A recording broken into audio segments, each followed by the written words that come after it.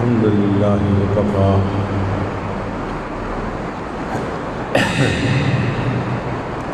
وسلام علی عبادہ الذین اصطفیٰ اما بعد۔ سورہ قصص کی تفسیر ہم کر رہے ہیں۔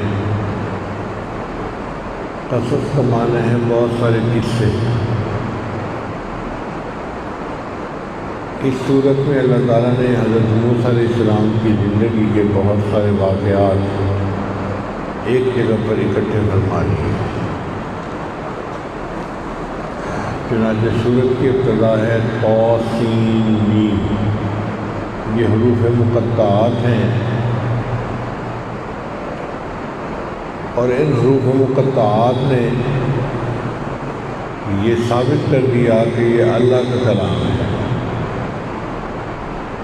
اللہ رب العزت فرماتے ہیں کہ دیکھو عربوں تمہیں اپنی زبان دانی پہ بڑا ناز ہے،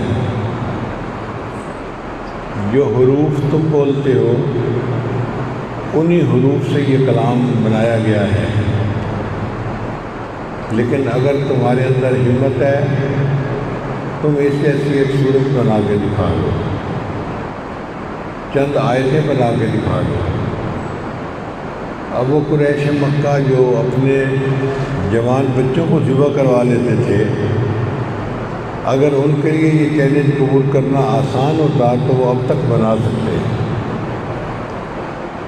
مگر وہ نہ بنا سکے۔ 14 سال گزر گئے، یہ ابھی تک چیلنج باقی ہے۔ اس کا مطلب یہ ہے کہ یہ اللہ ہی کا کلام ہے جو اس نے محبوب صلی اللہ علیہ وسلم پر اتارا۔ بہرحال محب اور محبوب کے درمیان کچھ اشارے کنائے ہوتے ہیں جس میں وہ بات کر لیتے ہیں۔ میان عاشق و معشوق رمزیز کرامن کاتبین ہم خبر ہے، کہ ایسے اشارے ہوتے ہیں محب اور محبوب کے درمیان، وہ ایک دوسرے سے بات چیت کر جاتے ہیں، کرامن کاتبین کو پتہ نہیں چلتا۔ تو اس صورت کی ابتدا اللہ نے فرمائی طاسین میم، طا سے مراد طور اور سین سے مراد طور سینا اور میم سے مراد موسیٰ علیہ السلام، یعنی طاسین میم کے حروف میں اللہ تعالیٰ اشارہ کر رہے ہیں کہ یہ طور سینا والے موسیٰ علیہ السلام کا قصہ ہے۔ اب اس میں معاشرے کے ہر طبقے کے لیے سبق ہے۔ فرعون کا قصہ سنا کر اللہ نے بتلا دیا کہ ابو جہل تم بھی فرعون بنے ہوئے ہو، تمہارے پاس اقتدار ہے، تم اس اقتدار کا غلط فائدہ اٹھا رہے ہو، لیکن اگر تم میرے محبوب کی بات کو نہیں مانو گے تو جو ہم نے فرعون کا انجام کیا وہی انجام تمہارا ہوگا۔ پھر کچھ لوگ تھے جن کے پاس مال پیسہ بہت تھا، جیسے ولید 12 بیٹے تھے، ثم یطمع ان ازید کلا، چاہتا تھا کہ میرا مال اور بڑھ جائے۔ اللہ نے فرمایا دیکھو اگر تم مال کے پیچھے لگے رہو گے تو تمہارا اشر وہی ہوگا جو قارون کا اشر ہوا تھا۔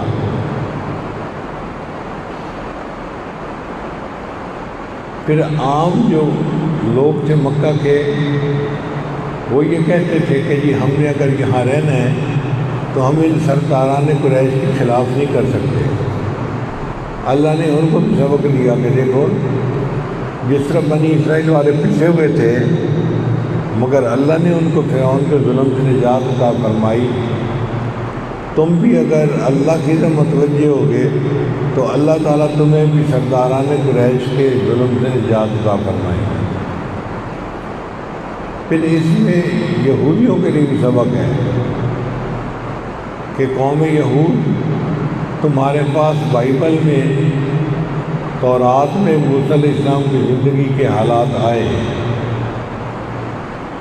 لیکن میرے محبوب صلی اللہ علیہ وسلم وہی واقعات صحیح بیان کر رہے ہیں، اس کا مطلب یہ کہ یہ علم وہ ہے جو اللہ نے انہیں عطا کیا ہے، اور وہ تمہارے سامنے موسیٰ علیہ السلام کی زندگی کے واقعات بیان کر رہے ہیں۔ وہ اس وقت پاس نہیں تھے جب ان کو طور سینا پہ نبوت ملی، وہ اس وقت بھی پاس نہیں تھے جب وہ مدین میں گئے تھے، لیکن اگر وہ یہ سارے واقعات صحیح بیان کر رہے ہیں تو اس کا مطلب یہ کہ اللہ نے ان کو یہ علم دیا ہے جو انہوں نے تمہارے سامنے بیان کر دیا ہے۔ چنانچہ اللہ تعالیٰ فرماتے ہیں تلک آیات الکتاب المبین، یہ واضح کتاب کی آیات ہیں، یعنی قرآن مجید کی۔ نتلو علیک من نبأ موسیٰ و فرعون بالحق لقوم یؤمنون، ہم پڑھتے ہیں تم پر کچھ خبر، کچھ احوال موسیٰ علیہ السلام کے اور فرعون کے، ٹھیک ان لوگوں کے لیے جو قوم ایمان لانے والی ہے۔ یہ جو نبا کا لفظ ہے نا، یہ بتا رہا ہے کہ اللہ نے قرآن مجید کو پڑھا نبی علیہ السلام کے لیے، اور پھر نبی علیہ السلام نے اس کو امت کے لیے پڑھا، یعنی اس کی حدیث کی جو سند ہے نا، وہ سند متصل ہے اللہ تعالیٰ تک، درمیان میں کوئی کمی نہیں، کوئی کجی نہیں، کوئی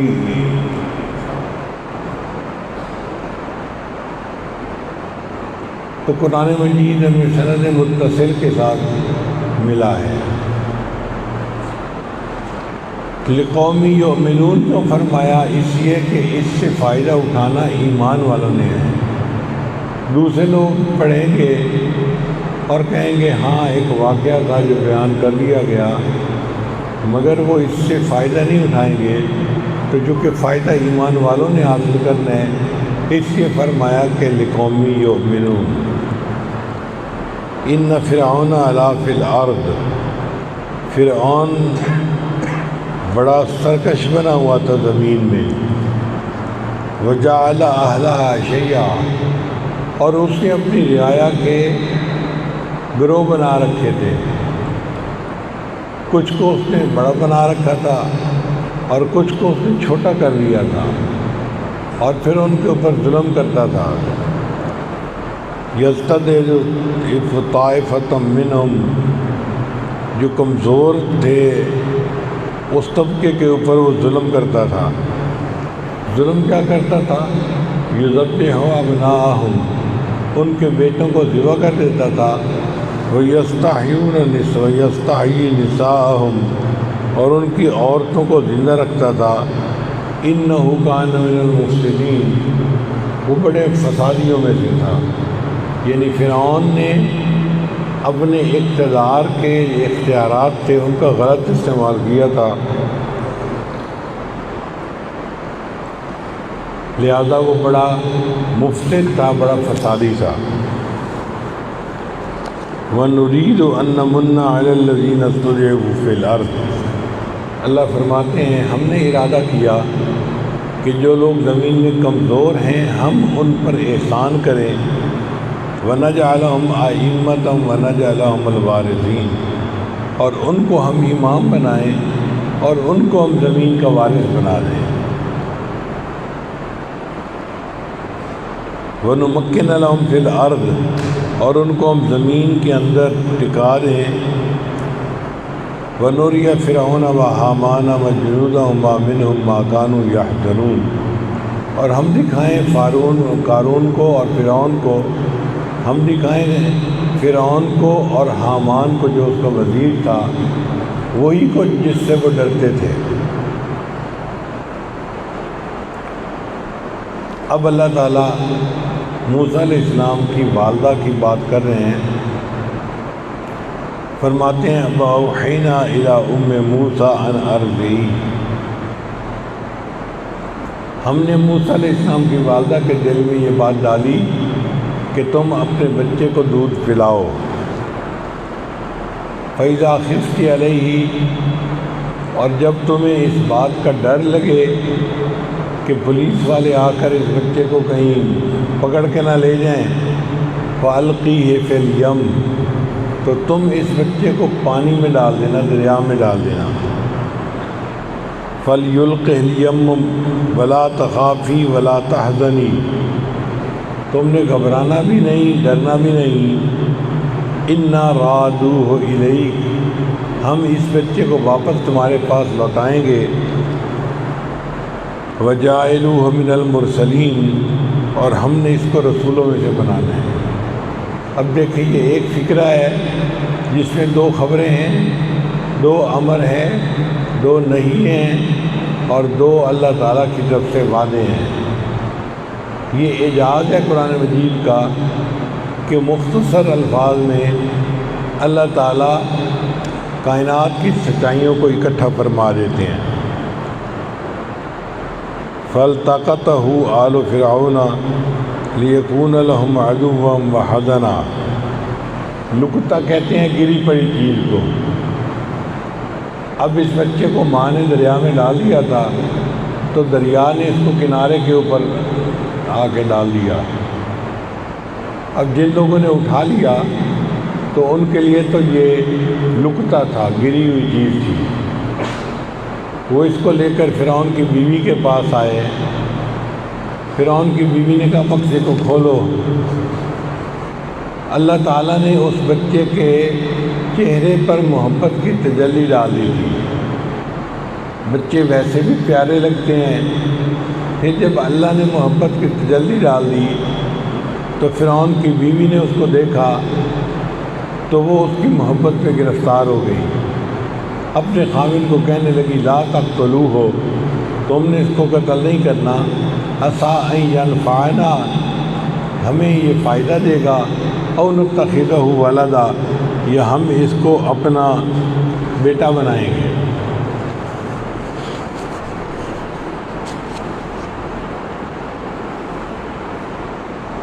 چنانچہ فرعون کی بیوی نے کہا قرۃ عین لی ولک، یہ میری اور تمہاری آنکھوں کی ٹھنڈک ہے۔ مفسرین نے لکھا ہے کہ اس کے جواب میں فرعون نے کہا کہ تمہاری آنکھوں کی ٹھنڈک ہوگا، بہرحال میں اس کو قتل نہیں کرواتا، ہم اس کو بیٹا بنا لیتے ہیں۔ اگر فرعون یہ کہتا ہاں یہ میری اور تمہاری آنکھوں کی ٹھنڈک ہے، ان الفاظ کے کہنے کی برکت سے اللہ اس کو بھی ہدایت عطا فرما دیتے۔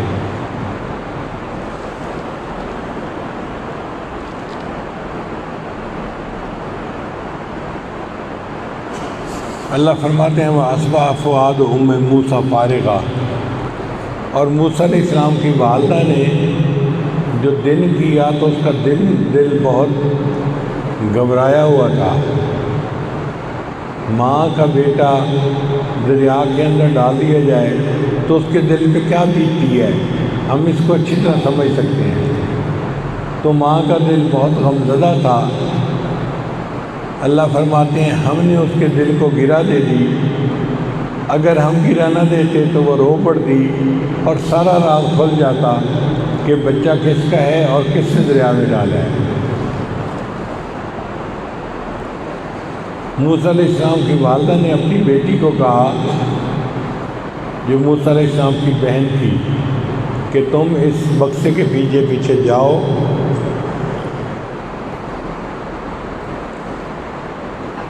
تھوڑا فاصلے پہ رہنا اور دیکھتی رہنا کہ بکسے کا انجام کیا ہوتا ہے۔ چنانچہ اس لڑکی نے دیکھا کہ بکسے کو بادشاہ کے جو غلام تھے، باڈی گارڈ تھے، انہوں نے اٹھا لیا۔ یعنی جو سب سے بڑا دشمن تھا موسیٰ علیہ السلام کا، اسی کے ہاتھ میں موسیٰ علیہ السلام پہنچ گئے۔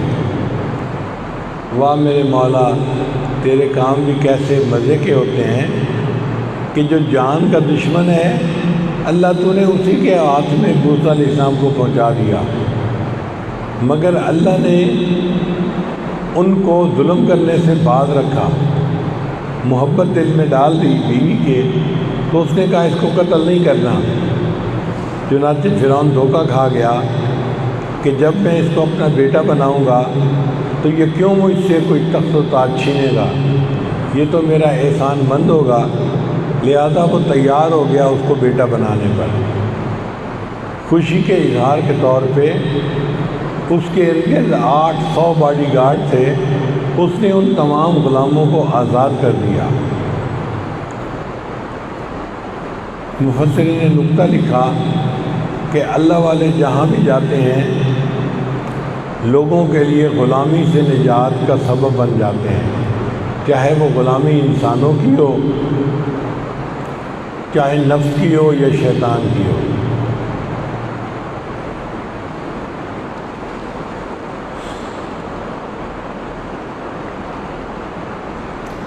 اب دوسری بات کیا ہوئی کہ اللہ تعالیٰ نے اس بچے پر عورتوں کا دودھ حرام کر دیا، چنانچہ بچہ روتا تھا دودھ کے لیے، اور فیڈر والی مائیں تو تھیں نہیں، عورتیں دودھ پلاتی تھیں۔ جو عورت آتی دودھ پلانے کے لیے، بچہ دودھ نہیں پیتا، اب پوری رات اسی طرح گزر گئی۔ تو فرعون کم بخت جو تھا ساری رات جاگنے کے بعد تھکا ہوا تھا، اب وہ چاہتا تھا کہ کہیں سے کوئی عورت آئے جس کا دودھ بچہ قبول کر لے اور میں جا کے آرام کروں۔ چنانچہ ایسی صورتحال میں موسیٰ علیہ السلام کی بہن نے ان کو کہا کہ میں تمہیں کچھ گھر والوں کے بارے میں نہ بتاؤں جو اس کو دودھ پلائیں گے اور اس کے ساتھ خیر خواہی کا معاملہ کریں گے۔ تو ان کو شک تو ہوا کہ یہ کیوں کہہ رہی ہے، یہ لڑکی تو کیوں کہہ رہی ہے۔ وہ بھی موسیٰ علیہ السلام کی بہن تھی، کہنے لگی ہم فرعون کی رعایا ہیں، ہم اس کی خیر خواہی نہیں کریں گے تو کون خیر خواہی کرے گا۔ کہنے لگا چلو ٹھیک ہے لے آؤ۔ وہ اپنی والدہ کے پاس آئی، امی بڑا اچھا موقع ہے، بھائی دودھ کسی کا نہیں پی رہا، آپ چل کے دودھ پلائیں تو آپ کو ویلکم کریں گے۔ چنانچہ موسیٰ علیہ السلام کی والدہ آئی اور اس نے بچے کو دودھ پلایا تو بچے نے دودھ پینا شروع کر دیا۔ اب یہ خبر پورے محل کے اندر جنگل کی آگ کی طرح پھیل گئی، وہ جی بچے نے دودھ پی لیا۔ فرعون کم وقت کہنے لگا آنے نہ دینا، میں سونے جا رہا ہوں، فریش ہو کر آؤں گا تو پھر بات کروں گا۔ چنانچہ فرعون تو جا کے سو گیا۔ موسیٰ علیہ السلام کی والدہ نے بچے کو دودھ پلایا، اور دودھ پلانے کے بعد انہوں نے آسیہ سے کہا کہ دیکھو اپنا گھونسلہ اپنا ہوتا ہے، میرا خامد ہے، میرے اور بھی بچے ہیں، تو میں تو اپنے گھر جا کے رہنا چاہتی ہوں، میں یہاں نہیں رہ سکتی۔ اس نے کہا کہ نہیں، پھر ہمارے بچے کو دودھ کون پلائے گا؟ موسیٰ علیہ السلام کی والدہ نے کہا یہ میرا پرابلم نہیں، یہ تمہارا پرابلم ہے، میں تو جا رہی ہوں۔ اب اتنے میں فرعون صاحب بھی اٹھ گئے تو اس کو بتایا گیا جی کہ ایک عورت کا دودھ بچے نے پی تو لیا ہے، لیکن عورت یہاں رہنے کو تیار نہیں، وہ گھر جانا چاہتی ہے۔ تو فرعون نے اس کا بہترین حل نکالا، کہنے لگا اچھا اس عورت کو کہو کہ بچے کو ساتھ لے جائے، اس کو اپنے گھر میں دودھ پلا دیا کرے، ہم اس کی تنخواہ اس کے گھر میں بھجوا دیں گے۔ اللہ فرماتے ہیں فرددناہ الی امہ، ہم نے موسیٰ علیہ السلام کو اس کی والدہ کے پاس واپس لوٹا دیا، کئی تقر عینھا، تاکہ اس کی آنکھیں ٹھنڈی ہوں، ولا تحزن، اور وہ غمزدہ نہ ہو، ولتعلم، اور وہ جان لے ان وعد اللہ حق، کہ اللہ کے وعدے سچے ہیں، ولکن اکثرهم لا یعلمون، مگر اکثر لوگ اس بات کو نہیں سمجھتے۔ تو اللہ تعالیٰ اپنے وعدوں میں سچے ہیں، جو وعدہ کرتے ہیں اس کو پورا کر کے دکھا دیتے ہیں۔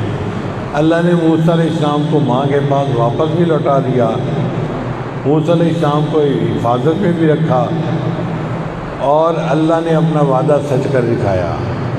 اس میں ہمارے لیے سبق ہے کہ اگر ایک عورت اللہ کے وعدوں پہ بھروسہ کرتی ہے تو اللہ اس کو اپنا وعدہ سچ کر دکھاتے ہیں۔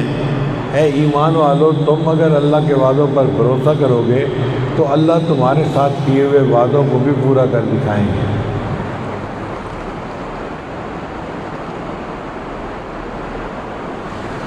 آگے اللہ تعالیٰ فرماتے ہیں ولما بلغ اشدہ، جب وہ پہنچا اپنی جوانی کو.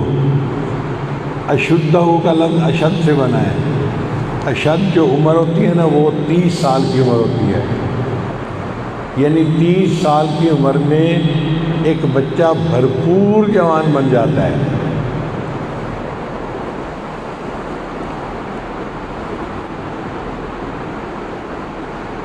وستوا، اور اللہ نے اس کو پوری طرح توانا بنا دیا. یعنی جسمانی طور پہ بھی اللہ نے موسیٰ علیہ السلام کو طاقت عطا کر دی تھی، اور ان کو فکر کے اعتبار سے، عقل کے اعتبار سے بھی میچورٹی عطا کر دی تھی. یہ جو ذہن کی میچورٹی ہے نا، اس کے لیے وستوا کا لفظ ہے. آتیناہ حکما و علما، ہم نے اس کو علم اور حکمت عطا کی. وکذالک نجزی المحسنین، اور ہم نیکوکاروں کو ایسے ہی بدلہ دیا کرتے ہیں.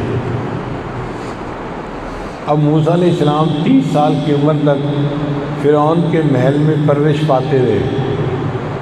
بعض مفسرین نے تو لکھا ہے کہ ان کو فرعون کا بیٹا کہہ کے پکارا جاتا تھا، چونکہ اڈاپٹیڈ چائلڈ تھا نا.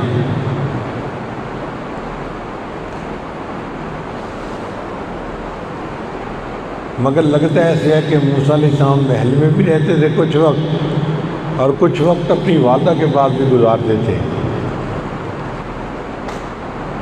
اب 30 سال میں انہوں نے بہت کچھ دیکھا کہ یہاں پر 2 الگ الگ طبقے بنے ہوئے ہیں.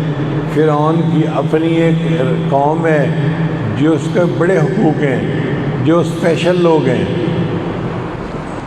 اور جو بنی اسرائیل والے ہیں یہ نیچ قوم ہے. ان کے ساتھ ایسے سلوک ہوتا ہے جیسے یہ دوسرے درجے کے شہری ہیں، اور ان پر ظلم ہوتا ہے، اور ظلم کی چکی میں ان کو پیسا جا رہا ہے. پھر اللہ نے ایک ایسا واقعہ کر دیا کہ موسیٰ علیہ السلام کو وہاں سے نکلنا پڑ گیا. ہوا کیا کہ ایک دن موسیٰ علیہ السلام محل سے شہر کی طرف جا رہے تھے، اور یہ وقت تھا جب لوگ غفلت میں ہوتے ہیں. پرانے وقتوں میں مارکیٹیں دوپہر کے لیے وقت بند کر دی جاتی تھیں اور لوگ قیلولہ کیا کرتے تھے. تو بعض مفسرین نے لکھا ہے دوپہر کا وقت تھا.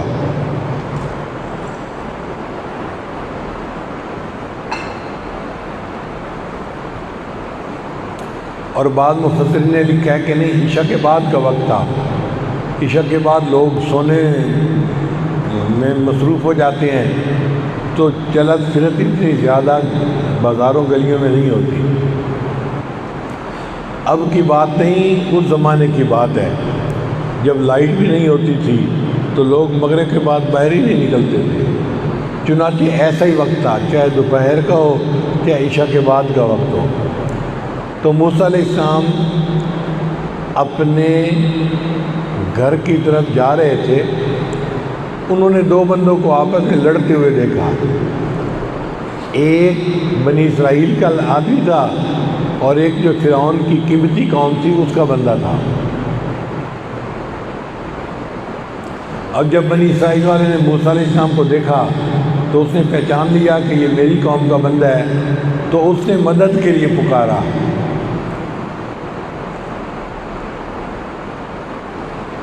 اب جب اس نے مدد کے لیے پکارا تو موسیٰ علیہ السلام اس کی مدد کے لیے گئے.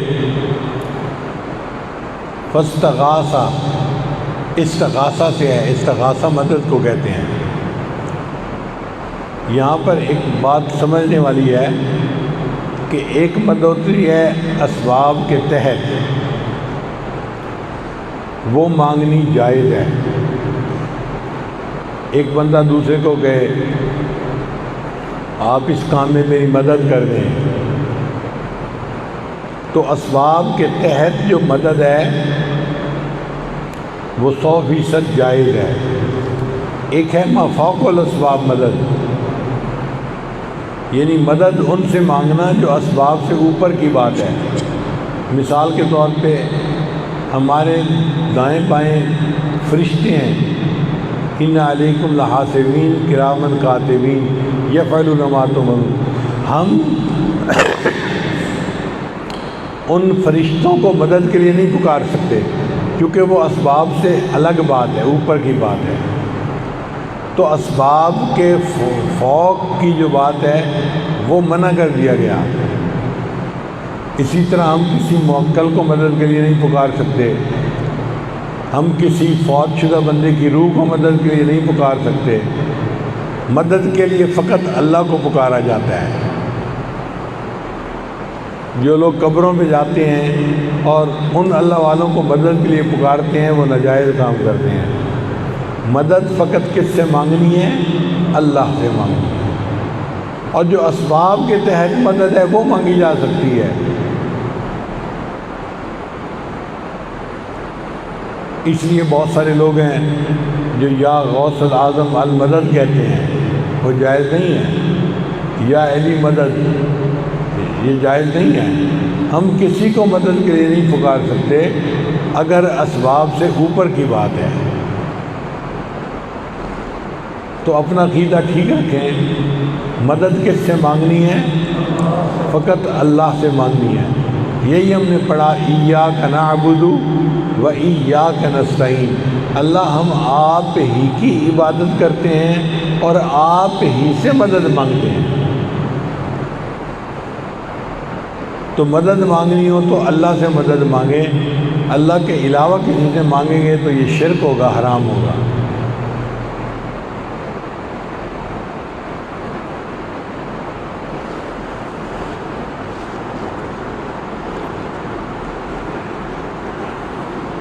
وَدَخَلَ الْمَدِينَةَ عَلَىٰ حِينِ غَفْلَةٍ، اور موسیٰ علیہ السلام شہر میں داخل ہوئے غفلت کے وقت میں.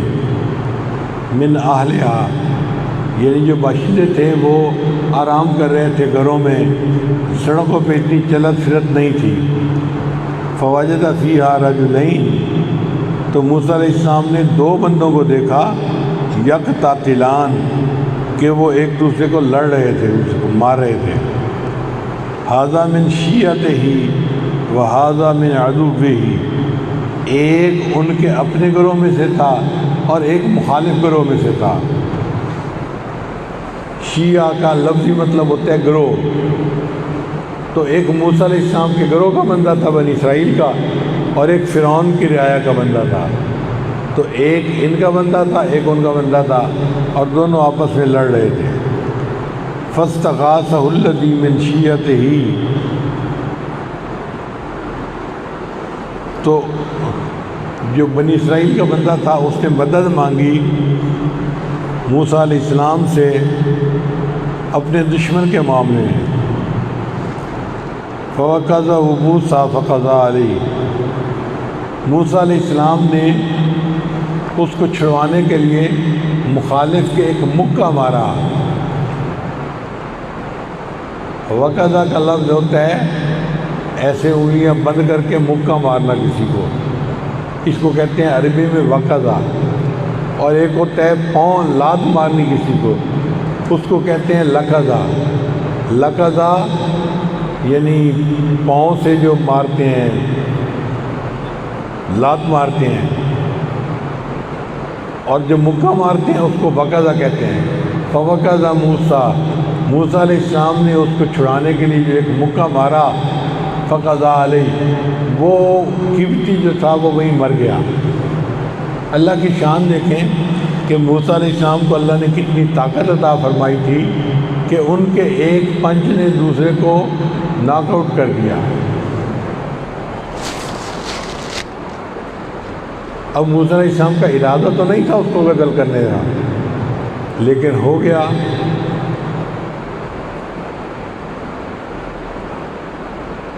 اللہ نے ان کو طاقت بہت عطا فرمائی. ہمارے حضرت مرشد عالم رحمۃ اللہ علیہ یہ واقعہ سنایا کرتے تھے کہ کلر کار کے قریب ایک جگہ ہے، دلوال شاید اس کا نام ہے. وہاں پہ ایک اسکول ٹیچر تھا جو عیسائی پادری تھا، اور وہ مقامی لوگوں کو عیسائی بناتا تھا. ہمارے حضرت کو پتہ چلا تو ہمارے حضرت قرآن مجید لے کر اس سے بات کرنے کے لیے گئے کہ تم نے بات کرنی ہے تو مجھ سے بات کرو، عوام سے کیوں بات کرتے ہو؟ حضرت فرماتے ہیں جب میں اس کے پاس گیا تو وہ ماسٹر جو تھا وہ بڑا پہلوان قسم کا بندہ تھا،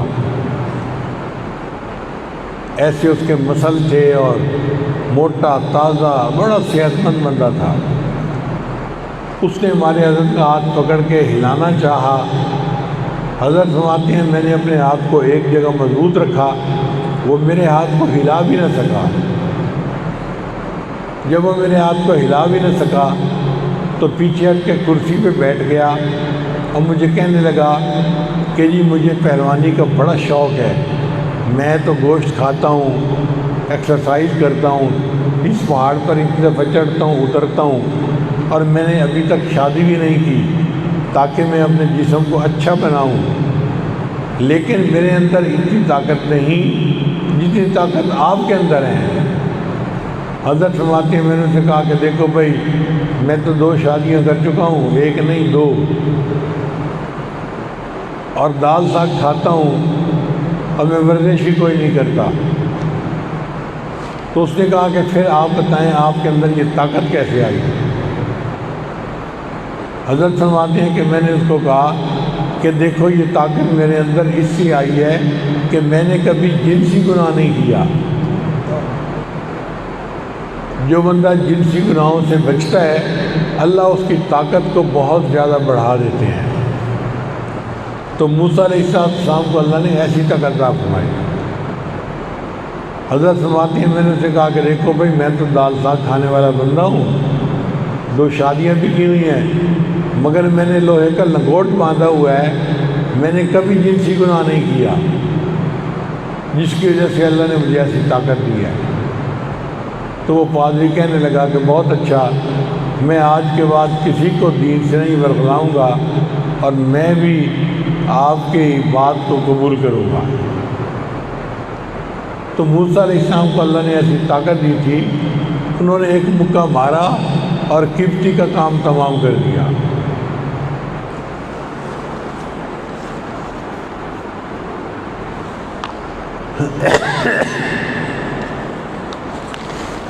جب قبطی مر گیا قال ھذا من عمل الشیطان، تو موسیٰ علیہ السلام فوراً متنبہ ہوئے اور فرمایا کہ یہ تو شیطان کا عمل ہے، انہ مضل مبین، وہ بہکانے والا اور دشمن ہے۔ پھر موسیٰ علیہ السلام نے فوراً اللہ سے معافی مانگی، رب انی ظلمت نفسی، اے اللہ میں نے اپنے آپ پر ظلم کیا ہے، فاغفر لی، مجھے معاف کر دے۔ فغفر لہ، اللہ فرماتے ہیں کہ اللہ نے ان کے اس گناہ کو معاف کر دیا۔ انہ هو الغفور الرحیم، بے شک اللہ تعالیٰ بڑا غفور اور بڑا رحیم ہے۔ جب اللہ نے موسیٰ علیہ السلام کو خوشخبری دے دی کہ میں نے تمہارے گناہ کو معاف کر دیا، تو موسیٰ علیہ السلام کہتے ہیں قال رب بما انعمت علی، اے اللہ جیسا کہ تو نے میرے اوپر انعام کیا، فلن اکون ظہیرا للمجرمین، تو میں ہرگز نہ ہوں گا مددگار مجرموں کا، یعنی میں مجرموں کی اب مدد نہیں کروں گا۔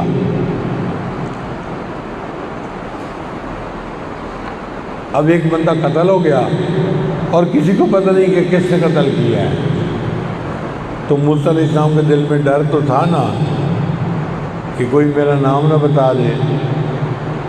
اب اگلا دن جب ہوا اور موسیٰ علیہ السلام باہر نکلے تو کیا دیکھتے ہیں کہ وہی ان کی قوم کا بندہ ایک دوسرے بندے کے ساتھ لڑ رہا ہے۔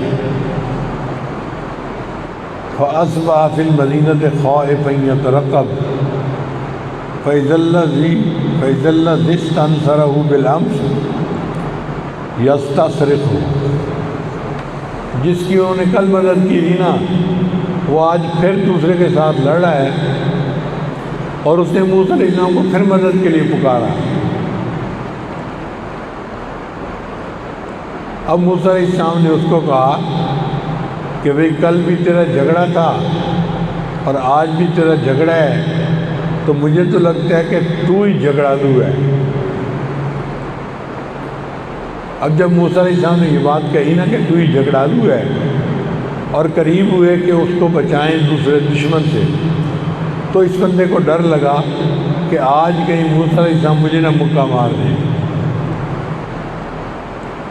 تو وہ کہنے لگا موسیٰ علیہ السلام کو، آپ نے کل بھی ایک بندے کو قتل کر دیا تھا، کیا آج آپ مجھے قتل کرنا چاہتے ہیں؟ یعنی اس نے وہ جو قتل کا راز تھا نا وہ سب کے سامنے اگل دیا۔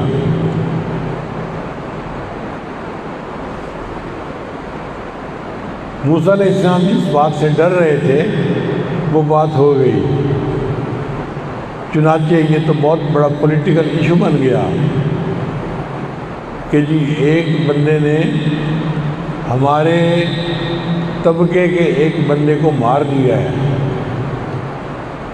اس پر کیبنٹ میٹنگ ہونے لگ گئی، فرعون نے اپنے مشیروں کو بلا لیا اور فیصلہ کرنے لگا جی کرنا کیا چاہیے۔ تو سب نے فیصلہ کیا کہ جی موسیٰ علیہ السلام نے اگر مارا ہے تو ان کو سولی پہ لٹکانا چاہیے۔ اب کیبنٹ میں ایک بندہ ایسا تھا جو موسیٰ علیہ السلام سے محبت رکھتا تھا، وہ موسیٰ علیہ السلام کو آ کر ملا اور اس نے آ کے کہا کہ جناب وہاں اسمبلی میں تو آپ کے خلاف قانون پاس ہو رہا ہے کہ آپ کو پھانسی دینی چاہیے، آپ کے پاس ٹائم ہے، آپ یہاں سے نکل جائیں۔ تو موسیٰ علیہ السلام گھبرا گئے اور ان کو اپنا ملک چھوڑنا پڑا۔ چنانچہ موسیٰ علیہ السلام ایک طرف وہ چل پڑے۔ اب اس طرف ایک شہر آتا تھا جس کا نام تھا مدین۔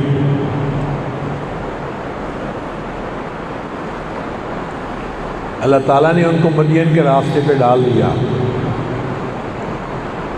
تو موسیٰ علیہ السلام ڈر بھی رہے تھے اور پیچھے بھی دیکھ رہے تھے کہ کوئی میرے پیچھے آ تو نہیں رہا، پکڑنے والا تو نہیں آ رہا، پولیس تو نہیں آ رہی۔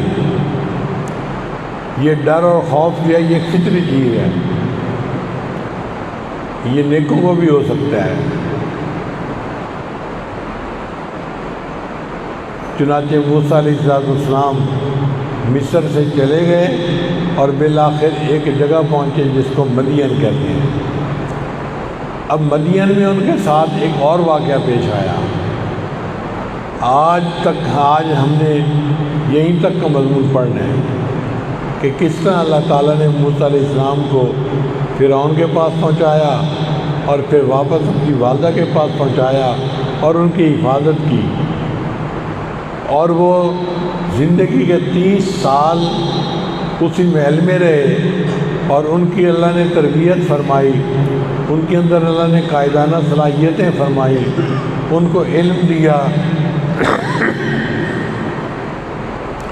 مگر ایک ایسا واقعہ پیش آیا کہ جس کی وجہ سے موسیٰ علیہ السلام کو مصر چھوڑ کے جانا پڑا۔ انشاءاللہ ہم آئندہ مدین میں کیا پیش آیا اس واقعے کی تفصیل پڑھیں گے۔ دعا ہے اللہ تعالیٰ ہمیں اپنے احکام کی حقیقت کو سمجھنے کی توفیق عطا فرمائے اور ہمارے اوپر قرآن مجید کی جو معنی ہیں ان کو کھول دے اور ہمیں اس کے معارف عطا فرما دے۔ وآخر دعوانا ان الحمد للہ رب العالمین۔